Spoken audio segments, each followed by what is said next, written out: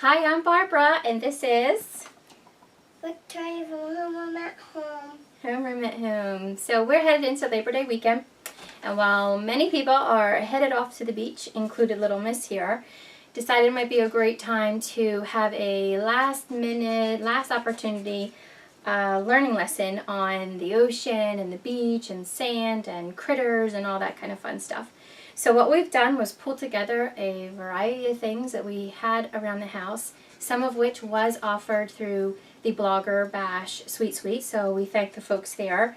Had made some contact with some great brands, including Crayola, which is one of the things Victoria is working on. Let me see here. You having a hard time? Yeah. These are the triangular paint brushes. So the paint is already included in the paintbrush, and you have to push down on it in order to get the colors. There we go. To start flowing out. It's nice and chunky for little hands, and it's also shaped triangular, which is pretty nice. And then we have colored pencils with erasers on the end, so that if you make a little doodle error and want to erase it, you can easily do that as well. She is coloring a dolphin picture from a coloring book we happen to have here in the house. Just again, did a quick scouring of our resources and trying to pull bits and pieces together as it relates to the ocean. And you see the coral here? Mm-hmm. Coral is really bright colors in the ocean, isn't it? Mm-hmm. So while she is painting and having a good time, let me show you some of the other pieces that I've kind of pulled together. Now, we did miss Shark Week. Last year we put together a quick little video and article on Shark Week, and I think we had these books at the time. But nonetheless, certainly relevant to pull out again now. This one is just Know It All Sharks. Pretty graphic little front. Quick little, apparently only $1, so dollar store find here. Just walking through some of the facts about various sharks, so we'll be sure to take a look at this. This is probably going to be our bedtime story this evening, if not tomorrow night. Well, no, it's got to be tonight because you are leaving tomorrow. You'll be gone before I get home from work. So this will be our bedtime story for tonight. This one is probably going to be a little too much for her, as you can tell by the graphics on the front. This is Shark Attack. Obviously, you know, in my case, I'm trying to water things down for Victoria, who's 4, but, you know, you're certainly going to want to adapt it. Maybe I should have gotten some paper towels or something. That's right, just wipe it on your shirt. Yeah, that's okay. Yeah, it's all good. So, anyway, this is going to have a lot more information, a lot, you know, more graphic pictures of sharks and attacks and all that fun stuff. So we're going to put this one away, and we'll focus on the smaller one as our bedtime story tonight. And we also came across this Just Grandma and Me by Mercer Meyer. I love the little critter. This is one of my favorite book series. So this is a cute one. It's about, you know, a little critter and his grandmother going to the beach, and, you know, the different things that they do and encounter while they're there. So as we're reading the story, you know, pointing out the crabs and the seashells and all of that fun stuff, right? The spider. I know, the spider I think is on every page. Look, there's a hermit crab. We had a hermit crab this summer. What's your hermit crab's name? Jaime. Jaime, that's right. So yeah, speaking of shells, we happen to have some shells here that we'll take a look at and kind of play with. If you have like a larger basin and can get some sand, it's a fun activity to bury these and then let kids just kind of, you know, dig them out and play with them and stuff. But we have, you know, all sorts. These are kind of potpourri-ish, as opposed to, you know, found on the beach. I get to the beach approximately once a year. I'm not as much of a beach person as little Victoria is, but here we have a whole variety. Just bought these a couple years ago now, but it's certainly nice to have them out to, you know, to look at and play with. Also kind of lends itself to, you know, a display table if you kind of wanted to dial it up a notch in terms of having, you know, a nice little space, you know, dedicated for, you know, the arts and craft projects that you do, and have the books and games and whatever else beachy while you're working on. So it'll be a nice decorative piece for that purpose as well. But she's just kind of interested in looking at them and feeling them and looking at the colors and sea stars, right? Is this pretty cool or what? It's really cool. It is really cool. What else do we have here? Whoa. We have different stickers, right? So once you get done your painting activity, we can maybe do a different project using some stickers. Mom. Seahorse are one of my favorite. Is this kind of tricky? You gotta be patient. And then it'll come out. Here we go.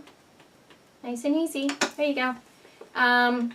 Anyway, I think these were just like as part of like scrapbooking supplies, but certainly applies here under the sea with the fish, the coral, and all that stuff, so she can make her own little arts and craft project under the sea scene. And if we scoot some of this stuff back over here. Beep, beep, beep, beep. This book is from Barefoot Books. Really cute, colorful book. It's called Ship Shapes. We're going to be taking a look at this. We'll probably read this before dinner time. And again, we're on a tight timeline because she's going to be going away for the weekend. But this is a really cute book, colorfully illustrated with scraps of paper.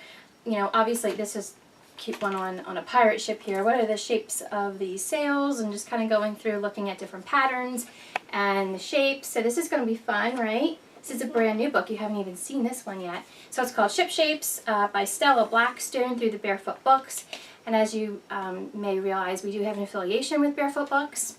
So there's that. And then this one, I'm not even sure how old these highlights, hidden pictures. I think I found a box of them at a yard sale and scooped them up for $2 or something. I don't know, but they're practically brand new.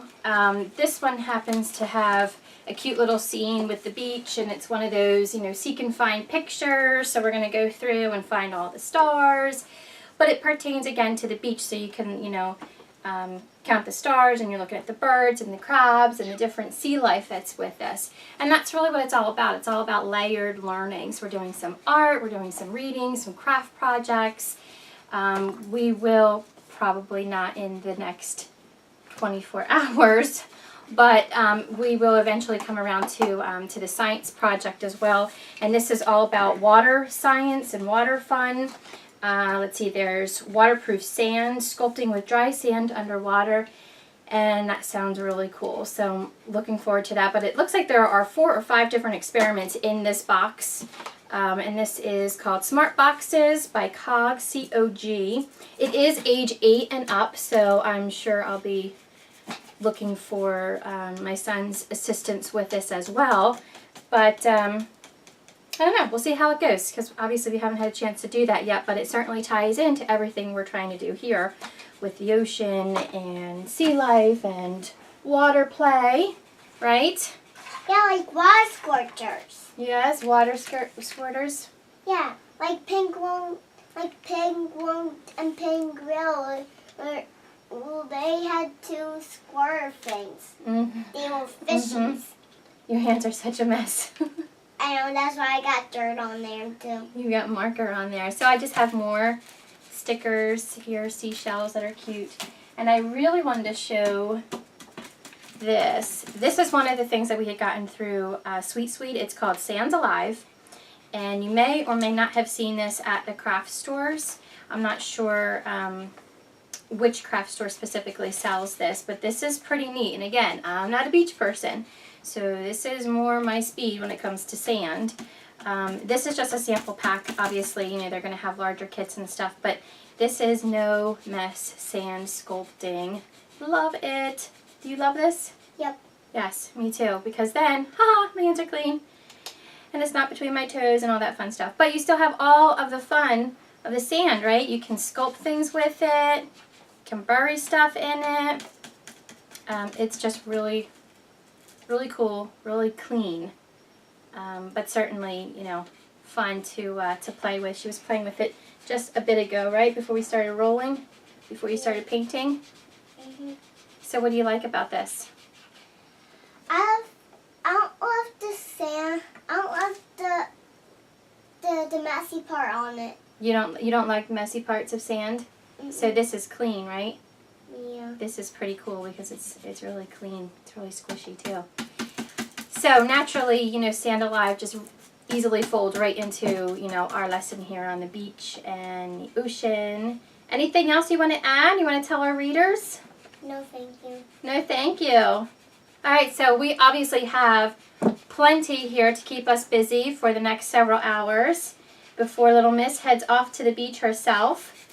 And I will likely put together a little cheat sheet or something so that her godmother can help her pointing out certain things while she is at the beach and on the boardwalk. Encouraging her to maybe pick out some shells of her own and, you know, looking for seaweed and all that kind of fun stuff as well. Just so that they have an idea that we've done a little bit of prep work. But at the water is some coins and dirt under there. Yes, there's some of that too. And sand. And sand. Lots and lots of sand. So while your toes are in the sand, Mommy's going to play with this Sand Alive sand. How about that? Yeah, and This is then very relaxing. Can we play it in the water? I don't know. I think we should take a little piece and experiment and see what happens.